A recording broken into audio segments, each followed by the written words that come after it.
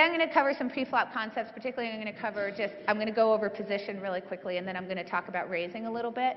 And then what I'm going to talk about tomorrow is going to be some post-flop decisions, particularly that have to do with, how do you play these boards that have a lot of texture on them? And by texture, what I mean is cards that are highly related to each other, right? So there's a big difference between a board that's like ace-9-3 with no suits versus a board that's like jack-10-6 with 2 spades, right? Because those cards really relate to each other. I'm going to talk about that situation. I bet those are situations that a lot of you have a lot of difficulty with. They're very complex situations to deal with. So we're going to talk about pre-flop today and then post-flop tomorrow. So before I ever talk any poker at all to anybody, I always like to define the problem, because I think that one of the things that you'll see in the book, if you get it, is that people don't really think about what their purpose is at the table enough. So people come in, they're like, oh, I want to win money or something like that. But in order to set your purpose properly, you have to understand what the problem that the game of poker presents is. And it's this problem at the top. It's a game of decision making under conditions of uncertainty. What that means is that you have multiple decision points in a hand, right? It's not like craps, right? In craps you have one decision, like pass or don't pass, or I guess you could play the hops, but I wouldn't recommend it.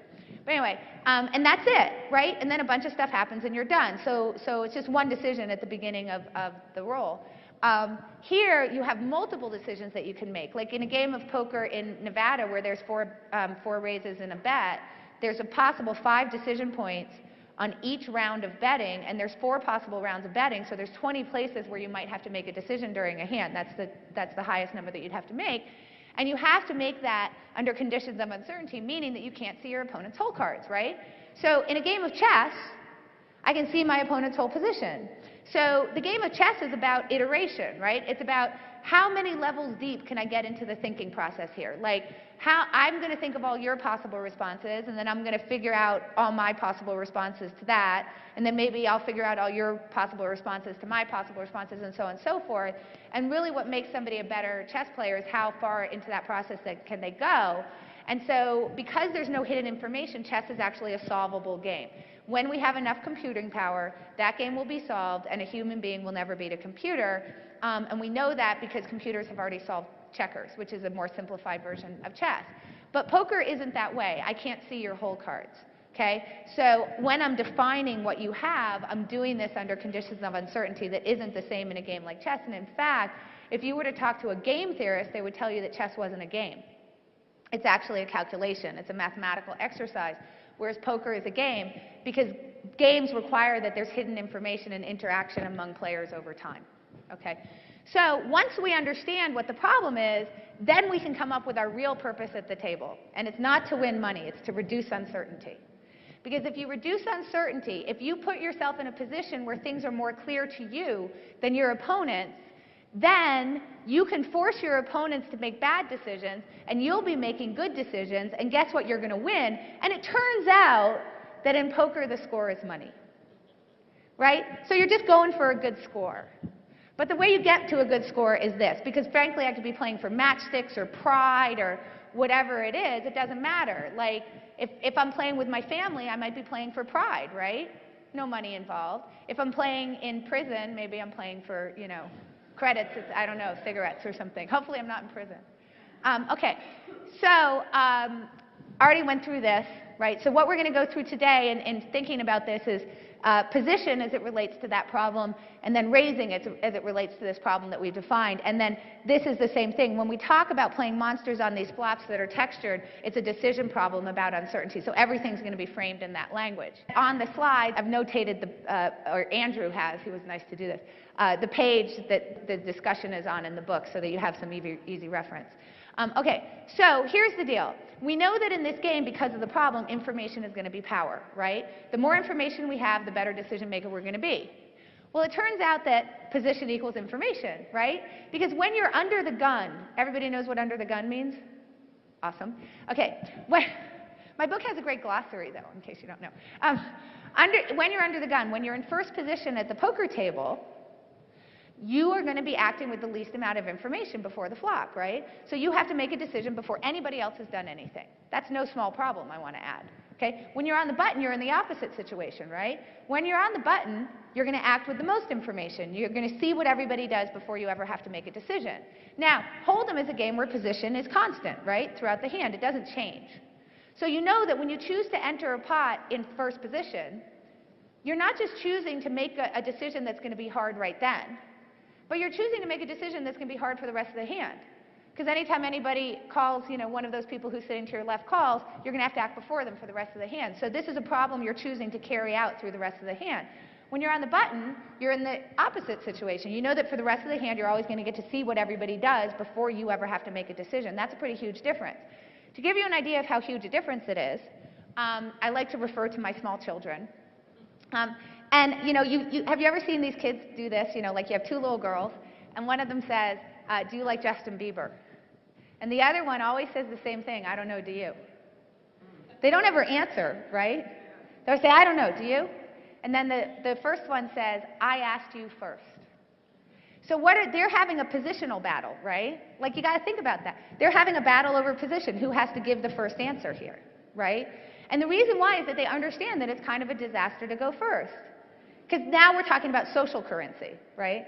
If they like Justin Bieber and the other one doesn't, and if they don't like Justin Bieber and the other one does, right? So they got to figure out what the right answer is, because randomly they're only going to get the right answer half the time, and they're trying to up the probability that they're correct. So they want to get the other person to answer first.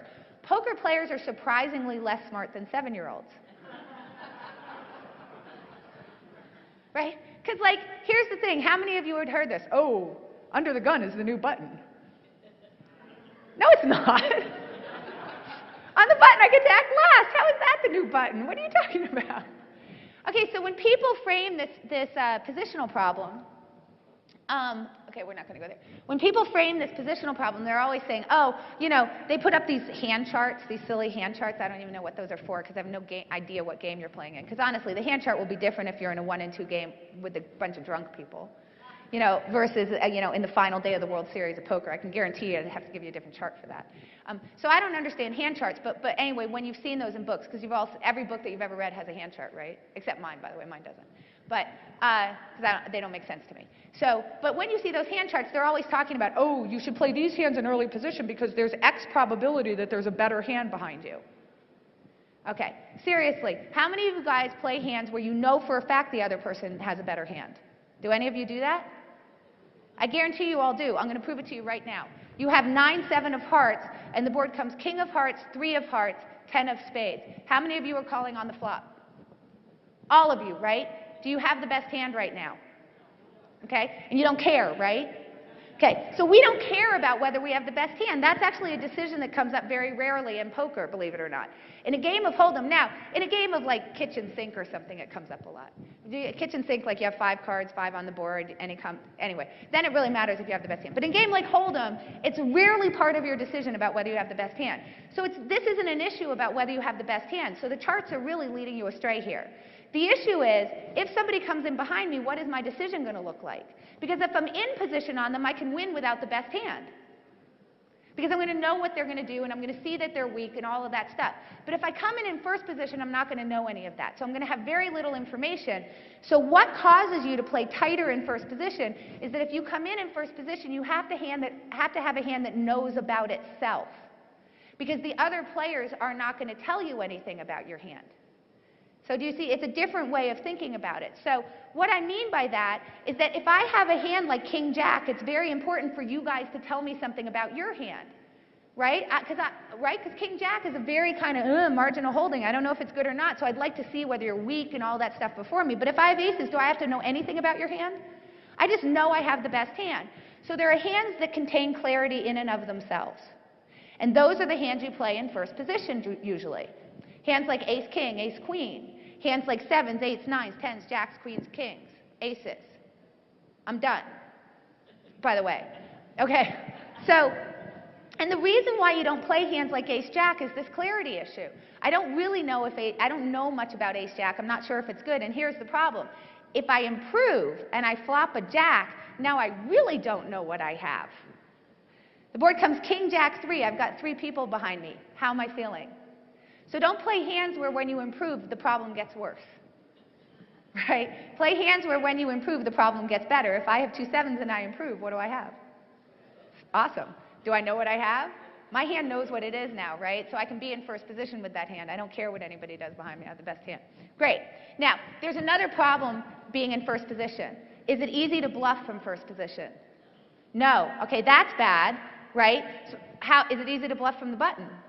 Okay, so that's a good reason. You can play hands that are more likely going to end up as bluffs on the button then. You know what hands more likely end up as bluffs? Bad ones. No, this is important. The worse the hand you play, the more likely you're going to have to bluff, right? People don't connect that up in starting cards. It's very connected in my book, but this is something we think about with starting hands.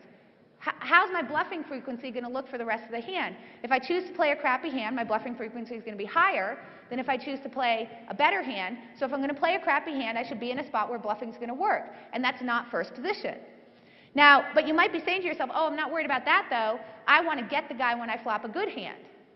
How easy it is if you have a set to get money out of your opponent when you have to go first. It's not very easy, right? So it's a twofold problem. You get both sides of the sword there, right?